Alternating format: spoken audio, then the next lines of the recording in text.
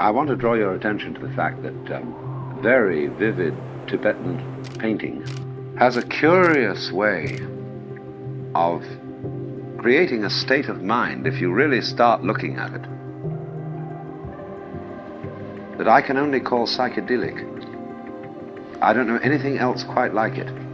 Let's suppose that you look at some object, and instead of the thing becoming fuzzy and fading out, it always gets more detailed, more clear, more alive. You suddenly find out that what you thought was just a bunch of blur was 16,000 maggots with bright eyes on them, and that every eye was a deep jewel. And you go down into these deep jewel-like eyes, and you find inside them that there are cross-legged Buddhas with aureoles round them, and necklaces of human heads. And then you start looking at those, and by Jove, in every eye on one of those human heads, you look inside it and there's another Buddha. And you go on like that forever and ever and ever in myriad detail. But now that is a state of consciousness which these artists are trying to represent. The idea of the net of jewels, where every jewel reflects all the other jewels. The infinite interrelatedness or mutual penetration of everything in the universe. So this is an art form designed to get you into the mood to understand that by looking at it. Where you look at the details, and then you suddenly discover that behind the details there are millions more details. And you never fuzz out. You find, in other words, that the possibility to see down into something goes on forever and ever.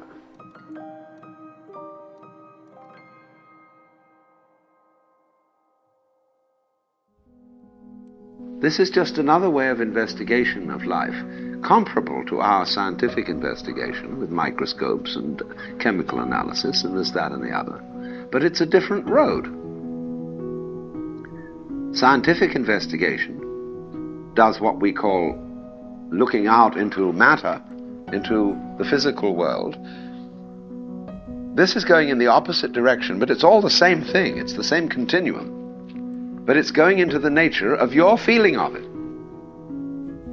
That is to say, into the center of awareness, into the self. And what all these drawings are, from various points of view, is they're drawings of your own interior world, looked at in this way, under the influence of the traditions of indeed a particular culture, which is not our culture, therefore strikes us as a little strange. But whenever you look at a work of art, and you feel, gee, isn't that weird? It's not the way people look. The reason for that is that they are showing you a vision of the universe which you haven't looked at. And so it looks odd to you. And what you mean by odd is, well, it curls where it shouldn't. I don't see things that way. I don't see them with that extra flip on them. No, indeed you don't. Because the way you see things is what you call ordinary and what you're used to. And as you know, when we see things, we ignore. We screen out certain aspects of things which we don't notice. And therefore, by studying other people's art forms, we are taught to see things that we wouldn't ordinarily notice. So that when you become used to Chinese or Tibetan painting, you say, why, of course. That's the way the world is. A thing looks exotic when you look at it from somebody else's point of view. And eventually you get used to it.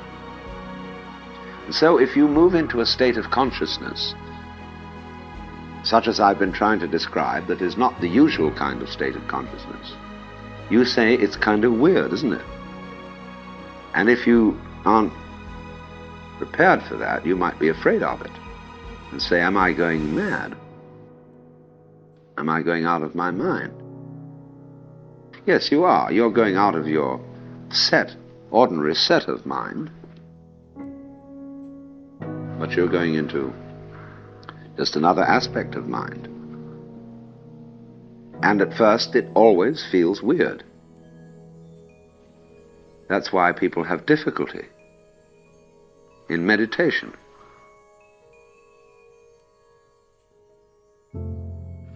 There's a certain fear, in other words, of the loss of one's own ego, of the sort of regular world where conventions go on, where the familiar gestures are made so that you feel at home, and you get into other dimensions of awareness where the gestures are different. The nerves are doing something else, or you don't know whether they're even nerves anymore. So you get cultural shock. Stay away from that. It isn't cultural shock with respect to some other people. It's cultural shock with respect to your own inner life. In other words, that we all have in us levels of vibration which we're not used to, not familiar with, and therefore are scared of. And you have to understand now the difference between what is called the material body and the subtle body. So you have a formal body, which is you as you appear to any other objective observer. Then you have a subtle body, which is the way you are as you feel to yourself. So when you get the drawing of the microscope slide, of say a cross-section of the spine, or something that is quite fundamental to the structure of nervous system, you've got a design of the gross body. But when you start looking into the other direction of things, which is how you feel, and you really go into feeling, to what sound is, to what touch is, to what emotion is, and you trace the senses back along their channels till you get to the manovijnana, which is the central sense behind each separate sense. And you find that it isn't just kind of a goo, it's an incredibly detailed experience.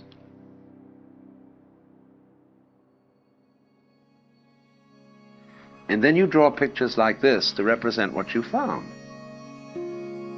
So all these things you see are investigations of the basic sensation of being alive. And people are curious about that. You know, where are we?